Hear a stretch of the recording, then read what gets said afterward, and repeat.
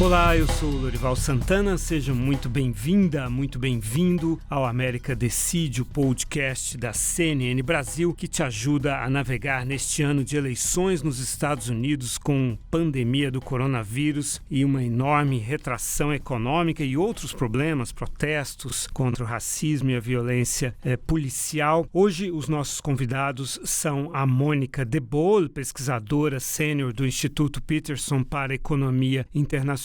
Mônica, seja muito bem-vinda aqui ao América Decide. Muito obrigada, Lorival. É um prazer estar de volta aqui com você. E o Clifford Young, presidente da Ipsos, empresa global de pesquisas de opinião e de mercados. Clifford, seja bem-vindo de volta aqui à CNN Brasil. Muito obrigado, Lorival. Ambos professores da Universidade Johns Hopkins em Washington. Mônica, eu vou começar com você falando de economia, porque as coisas estão tão interligadas, né? E nas últimas semanas a aflição do presidente Donald Trump parece ter aumentado, porque, afinal, os dados de desemprego voltaram a ficar ruins, né? Depois aí desde o início de abril, que estavam gerando mais vagas do que fechando, mas de repente nas últimas 2 semanas, mais ou menos 2 semanas e meia, 3, passaram a aumentar de novo os números de pedidos de seguro-desemprego. Você acha que, a pandemia está voltando, não é que está voltando, ela não foi embora, né? Não é a segunda onda, é a primeira onda, né? Enfim, muitos estados voltando a ter mais casos novos do que nas semanas anteriores, e essas coisas também estão interligadas. Você acha que a economia não melhora até o dia 3 de novembro, eleição presidencial? Olha, Lorival, muito difícil, né? Assim, a gente já viu aí o que aconteceu com o PIB do segundo trimestre. É verdade que no segundo trimestre tinha muita coisa aqui em lockdown, né? Então em fechamento absoluto, muitas coisas sem funcionar, mas já no segundo trimestre, a economia começou a reabrir, né? Em vários estados a reabrir prematuramente. Isso já havia começado, já tinha tido início no segundo trimestre. E aí o que a gente está observando agora aqui nos Estados Unidos é que essa reabertura prematura, no meio de uma epidemia que ainda não tinha sido controlada, o que acabou acontecendo foi que a epidemia recrudesceu fortemente e agora ela está completamente fora de controle em boa parte dos Estados Unidos, né? Com o número de casos voltando a subir fortemente, o número de óbitos voltando a subir fortemente e sem nenhum tipo de previsão qualquer de controle dessa epidemia. Isso naturalmente tem consequências sobre a economia, tem consequências do ponto de vista da incerteza que a falta de controle sobre a economia gera, mas tem consequências imediatas também sobre a capacidade das empresas de contratar, a capacidade das pessoas de se manterem empregadas, enfim, é um sem número aí de canais por meio dos quais a epidemia afeta a economia. Então, aquela ideia que se tinha, né, lá no início, de que uma coisa é epidemia, outra coisa é economia, eu acho que daí está mais do que claro agora que não é verdade. E por essa razão, o que a gente continua a observar aqui nos Estados Unidos é que a chance de que ocorra uma recuperação da economia em meio a uma epidemia que hoje está pior do que estava há 3 meses, né? Está pior em termos de abrangência, alastramento, número de casos, número de óbitos, enfim, tudo que eu estava falando aqui anteriormente, a chance de recuperação ela é praticamente nula. Né? E, sobretudo, com essas novas demandas que agora existem de que o governo dê mais suporte à economia e mais suporte a determinados setores e o embate que está ocorrendo no Congresso entre os democratas e os republicanos nesse sentido. Então, a situação aqui está muito embaralhada do ponto de vista econômico e são muito poucos meses até novembro. Não dá tempo de você ter qualquer tipo de recuperação, ainda que houvesse um controle maior da epidemia, coisa que não existe. E, curiosamente, os republicanos são os que defendem, quer dizer, curiosamente não, é coerente com a visão deles de economia, né? São eles que defendem um auxílio menor a partir de agora, de $200 por semana e não mais de $600. Os democratas, e só até setembro, né? E os democratas defendem manter os 600 e até janeiro. Eu digo curiosamente porque são os republicanos que estão disputando a reeleição, né? E deveriam, então, se esperaria que eles quisessem contentar mais o eleitorado. Eu só queria adicionar mais um ponto aqui, um ponto adicional aqui. Eu só falaria rapidamente que só tem 3 meses. Então, a economia, de fato, provavelmente vai ter pouco impacto nesse momento, ou seja, o pensamento já está consolidado assim sobre o estado atual. Mas eu falaria mais um ponto. Se você olhar para a opinião pública, especificamente sobre a confiança do consumidor, nós temos, sabe, tipo, níveis ainda razoáveis, ou seja, a gente ainda não chegou ao ponto mais baixo de nossa série temporal da Ipsos. Nós estamos com uma série temporal de quase 20 anos. O ponto mais baixo da série é de 2009. Ou seja, você ainda tem um otimismo irracional. Por quê? Porque você tem pessoas, o americano ainda acha que você vai ter uma recuperação rápida, mas não vai acontecer. Então, eu até falaria que poderia piorar o optimismo de forma geral, não melhorar ou ficar estável. Então, quando a fantasia bate em frente da realidade, eu acho que esse cenário pode mudar, você pode ter níveis mais baixos de otimismo.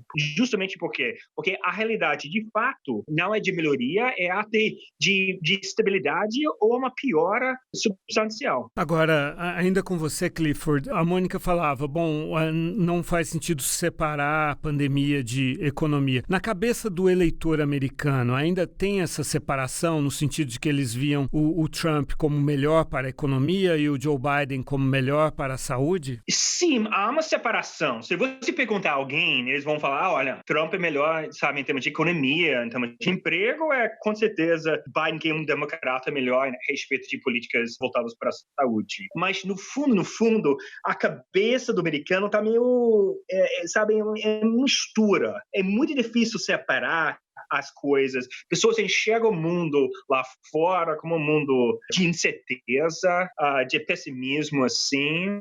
E, de fato, a avaliação nesse momento de eleitores é quem vai melhorar meu estado, minha condição, de forma geral, seja da economia, seja da pandemia, que tudo é a mesma coisa, porque é um caos lá fora. Então, eu falaria que não. Pessoas não estão, de fato, separando as duas coisas. Ele chega como uma questão de incerteza, e a incerteza é muito alta nesse momento.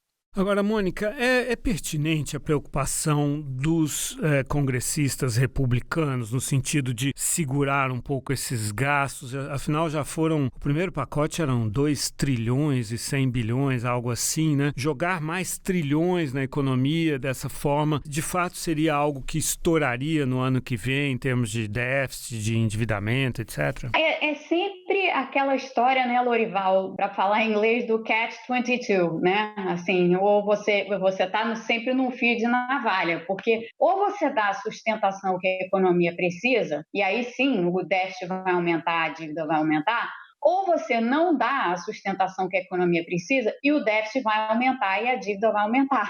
Né? Porque o que acaba acontecendo se você não dá a sustentação que a economia precisa, cai a sua capacidade de arrecadação e, para além de tudo, o PIB não retoma da forma, o crescimento não retoma da forma como você esperaria. Portanto, assim, o resultado, o impacto negativo sobre as contas públicas, ele vem do mesmo jeito, querendo você ou não, gastando você ou não. E, evidentemente, no momento de crise, principalmente uma crise assim, né, uma crise de saúde pública, que impede a circulação das pessoas, porque é um vírus letal, é um vírus que causa uma porção de problemas, além de causar doenças graves em pessoas, mesmo aquelas pessoas que têm quadros mais leves da doença, podem manifestar sequelas posteriormente, a gente já está vendo a documentação disso, inclusive, nos artigos científicos, então é algo que tem um prazo longo de efeito sobre as pessoas atingidas, não é algo que tem um prazo curto, e para além disso é algo para o qual a gente não tem solução. O efeito disso sobre a economia é absolutamente dramático. Então, essa maneira de pensar, nós não podemos gastar, vai elevar o déficit, vai elevar a dívida, também, se não gastar o suficiente, vai elevar o déficit, vai elevar a dívida. Ou seja, é uma situação de se correr o bicho pega, se ficar o bicho come, entendeu? Não tem muita alternativa aqui. O melhor caminho é um caminho racional, onde você gasta onde você realmente precisa gastar. Então, há pessoas que precisam de sustentação nesse momento, e talvez de um seguro-desemprego nesse valor de $600, ou até possivelmente um pouco menos, mas certamente não 200, porque essas pessoas estão sem nada, né? Então é muito pouco um benefício de $200, como os republicanos estão defendendo, e a reintrodução do programa para pequenos negócios que vigorou no primeiro e no segundo trimestre, né? Na verdade, no segundo trimestre, que foi o que segurou muito pequenos negócios extremamente afetados pela pandemia e que empregam, né? A gente está falando aqui de lojas, restaurantes, lojas em shopping centers, certos tipos de serviço, enfim, comércio e serviços de um modo geral, que são os setores mais afetados por um vírus desse em circulação. É inevitável ter que fazer esse tipo de medida.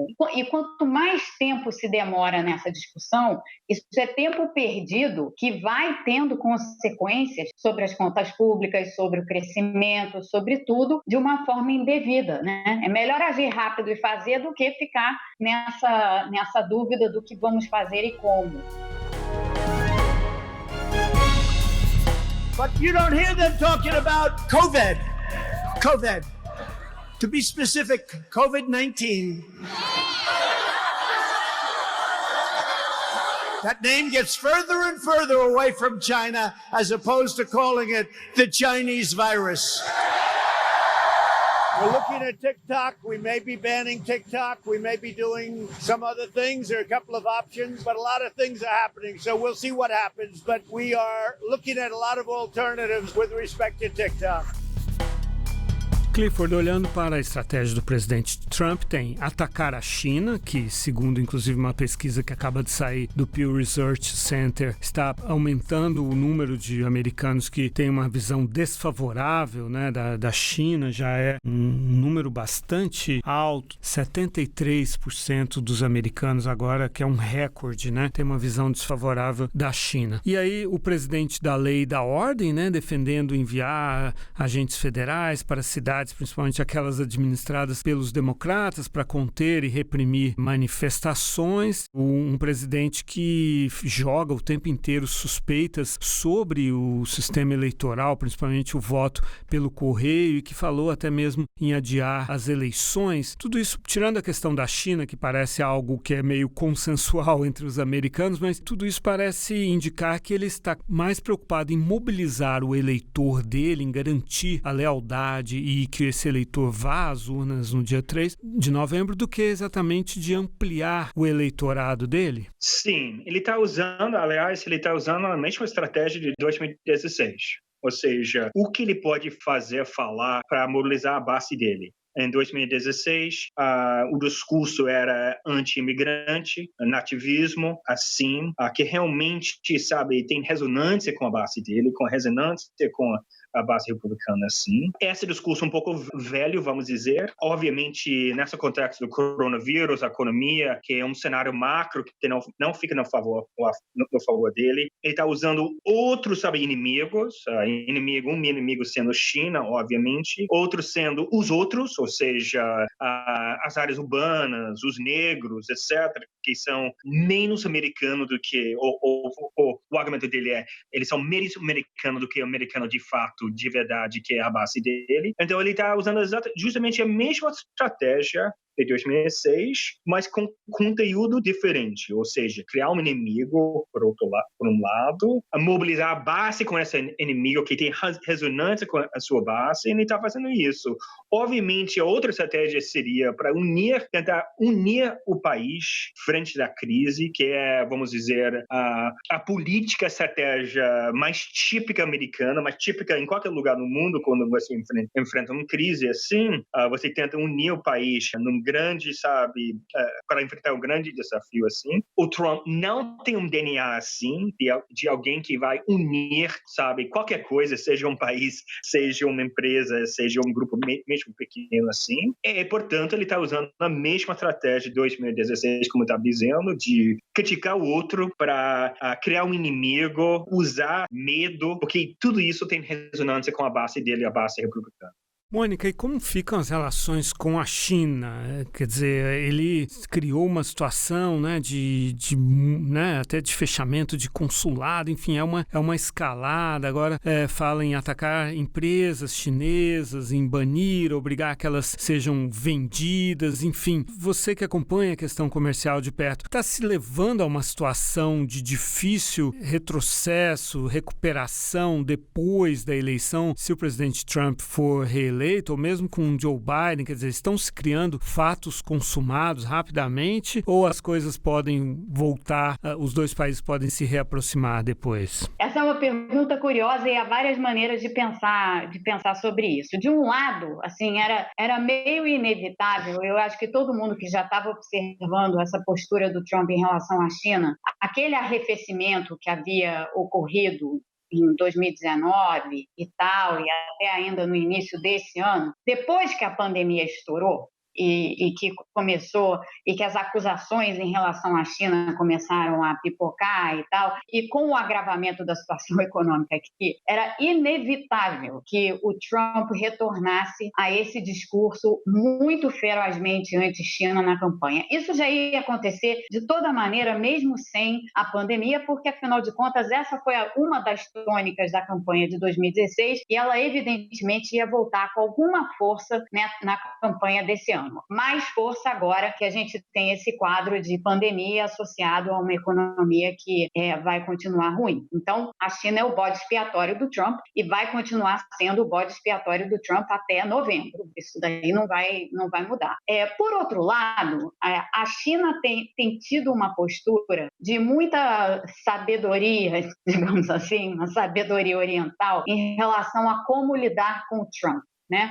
O Xi Jinping é uma pessoa bastante esperta e já tinha antevisto e já sabia que isso daí ia acontecer. Então, a China tem mantido uma postura de, apesar da retórica muito mais agressiva do Trump agora em relação à China, a China tem se mantido relativamente quieta. A postura tem sido de não agravar as tensões e não agravar a situação. O que, na realidade, abre dois tipos de caminho, né? De um lado, se o Trump se reeleger e se ele continuar nessa toada, sim, pode ser que, de fato, as relações se deteriorem a um ponto absolutamente insustentável e que isso tenha consequências ainda mais graves para os Estados Unidos, para a China e para a economia mundial. De outro, como os chineses estão sabendo manejar essa situação relativamente bem, pode ser que não. Pode ser que as coisas voltem mais ou menos para o lugar onde elas estavam em 2019, onde elas estavam se desenhando, né? Com o Biden, assim, a política em relação à China não vai ser muito diferente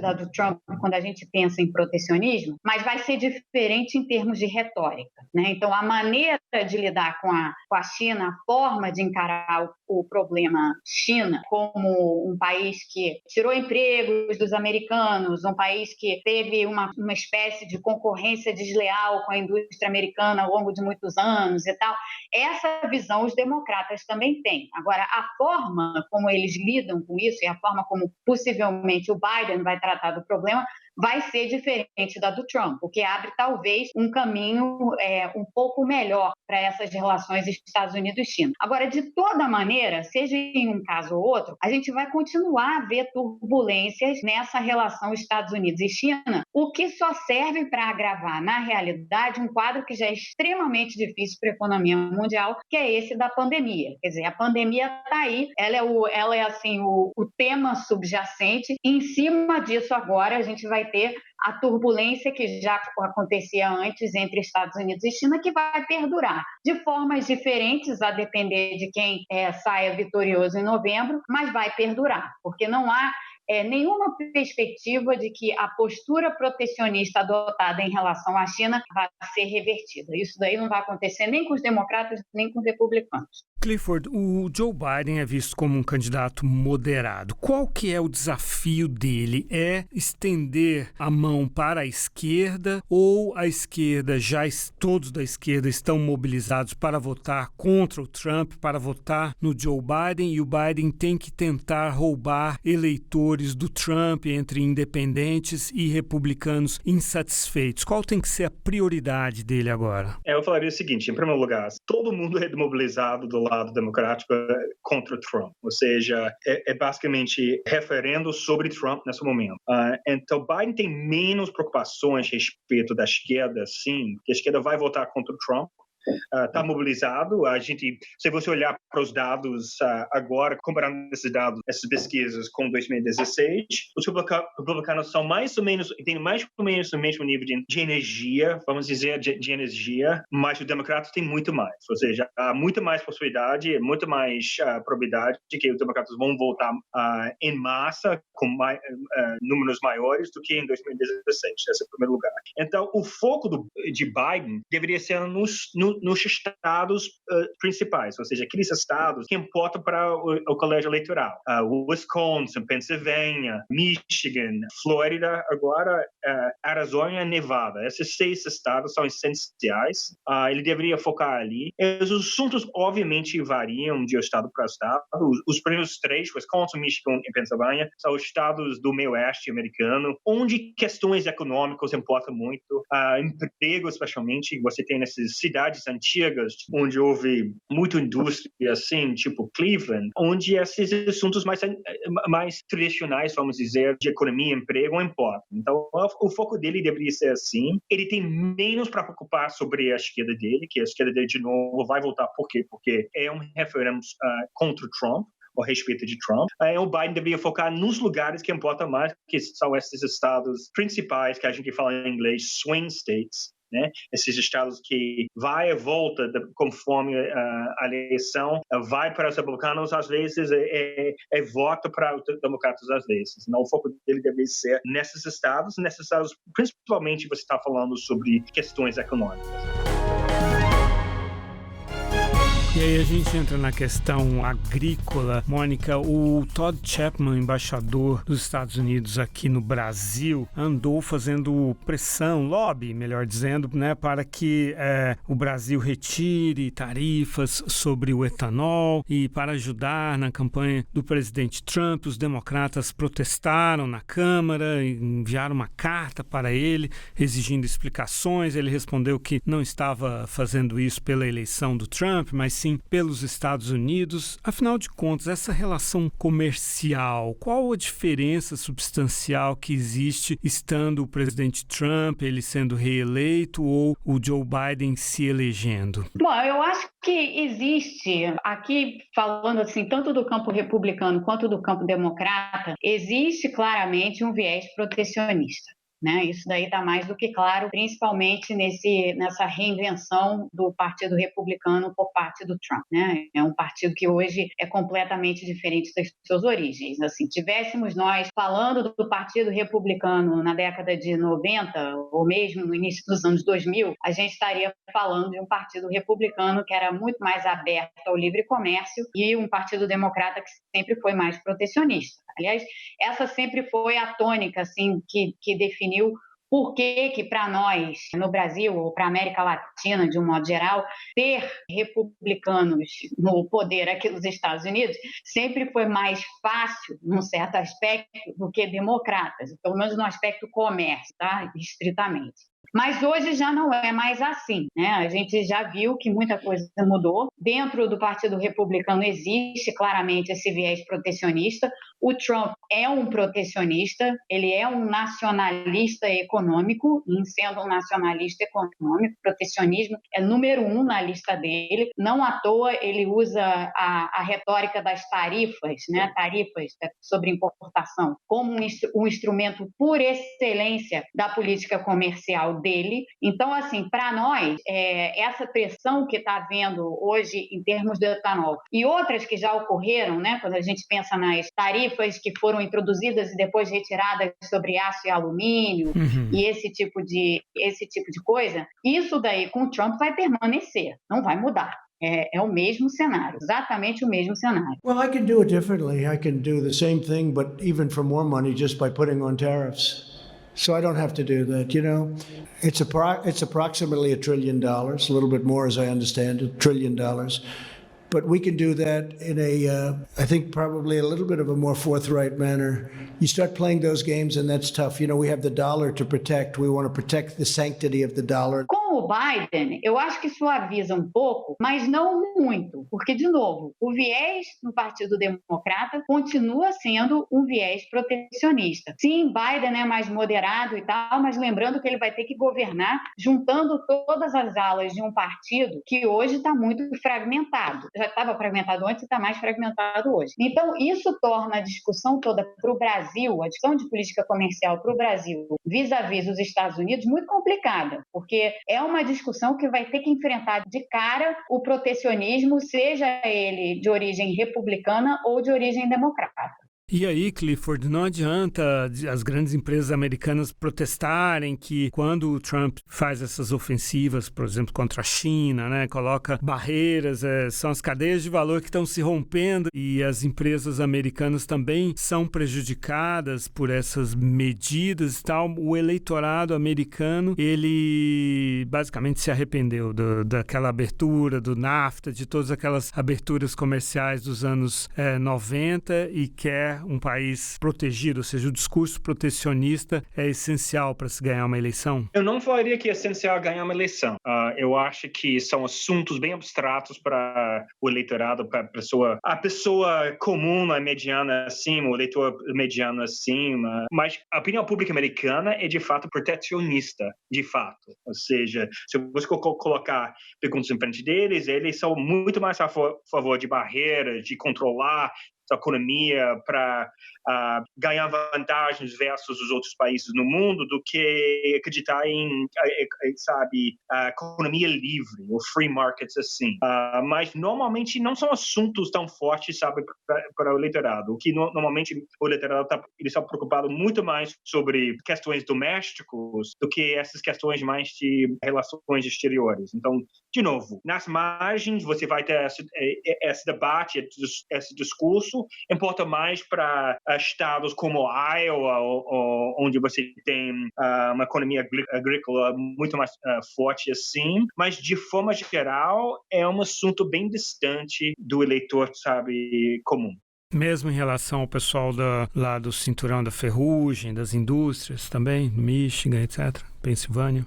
De novo, faz parte do raciocínio assim, ou seja, o raciocínio é o seguinte: se a gente teria mais emprego, se a gente tivesse mais barreiras contra, os outros países, empresas de outros países. Mas é uma lógica não tão forte assim. De novo, vai fazer parte do discurso dele, especialmente um discurso mais nativista, mais nacionalista, sim, mas de forma geral, importa menos do que esses assuntos tipo anti-imigrante, um assunto muito mais de lei e ordem, assuntos assim do que, de fato, muito mais vamos dizer, assunto mais arroz com feijão americano, que é emprego. Eu acho que a distinção aqui que eu e o Cliff estamos colocando é que o Cliff está falando em termos de opinião pública e eu estou falando em termos de política econômica. Totalmente. Ou seja... Em termos de opinião pública, eu concordo totalmente com o Cliff. E ele, está com os dados na frente dele, sabe melhor do que eu. Em termos de política econômica, que a orientação é essa, né? A orientação é uma orientação protecionista, independentemente de você olhar para o Partido Republicano ou para o Democrata. Com certeza. É importante enfatizar esse ponto. Ou seja, quando você falar sobre qualquer coisa, seja econômica, seja política, qualquer assunto relacionado com relações internacionais assim, a opinião pública importa muito menos para a política final. Ou seja, você tem grupos de interesse, empresas, lobistas, etc., especialistas como Mônica, que importa muito mais para a política final. A opinião pública importa, mas tem muito menos influência sobre relações internacionais assim do que a respeito em relação a políticas domésticas. Políticas domésticas, de novo, são normalmente o que define o resultado de qualquer eleição. Clifford Young, presidente da Ipsos e professor da Universidade Johns Hopkins, muito obrigado pela sua participação aqui no América Decide. Tá bom. Tchau, Mônica. Tchau, Cliff. Ótimo te ver. Tchau. Mônica De Bolle, do Instituto Peterson para Economia Internacional e também professora da Universidade Johns Hopkins. Muito obrigado, Mônica, por participar aqui com a gente. Muito obrigada, Lorival. E foi ótimo estar com o Cliff, que é aí para os ouvintes que não sabem. Nós dois somos professores lá da Escola para Estudos Avançados da Johns Hopkins e trabalhamos juntos. Então, nos conhecemos bastante bem. É isso mesmo. E a você que nos acompanhou em mais esse América Decide, muito obrigado. Lembrando que daqui a uma semana tem mais América Decide aqui pela CNN Brasil. Até lá!